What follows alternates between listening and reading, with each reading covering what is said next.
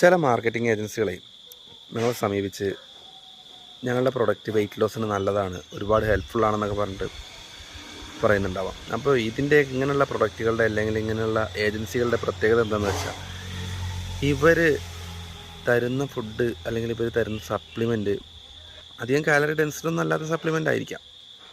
പ്രത്യേകിച്ചൊന്നുമില്ല, കുറച്ച് മില്ലറ്റ്സും പിന്നെ അതുപോലെ കുറച്ച് നട്ട്സൊക്കെയാണ് ഉണ്ടാവുക. നമ്മൾ നല്ല വില കൊടുത്ത് വാങ്ങും ഈ സാധനം. എന്നിട്ട് അവർ പറയുന്നത് നമ്മളുടെ ഭക്ഷണത്തെ റീപ്ലേസ് ചെയ്യുക. അവിടെയാണ് അവരുടെ കളി.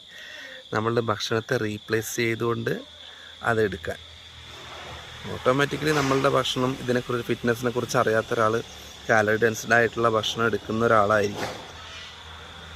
അവർ അതിന് പകരം കുറച്ച് കാലറി കുറഞ്ഞ ഭക്ഷണത്തിലേക്ക് കിടക്കുമ്പോൾ എന്താവും, ഓട്ടോമാറ്റിക്കലി അവിടെ വെയിറ്റ് ലോസ് തീർച്ചയായിട്ടും ഉണ്ടാവും. പക്ഷെ അവിടെ നമ്മൾ പോയി പെടുന്ന ചതി എന്താണെന്ന് വെച്ചാൽ, ഈ പ്രൊഡക്റ്റിന് നമ്മൾ ലോകത്തില്ലാത്ത വില കൊടുത്തിട്ടായിരിക്കും വാങ്ങുന്നുണ്ടാവുക. അപ്പോൾ ഇങ്ങനെയുള്ള ചതിയിലൊന്നും പോയി പെടാതിരിക്കുക. ഫിറ്റ്നസ്സിനെ കുറിച്ച് എപ്പോഴും ബേസിക്കലായിട്ടുള്ളൊരു നോളജ് ഉണ്ടാവുക കേട്ടോ.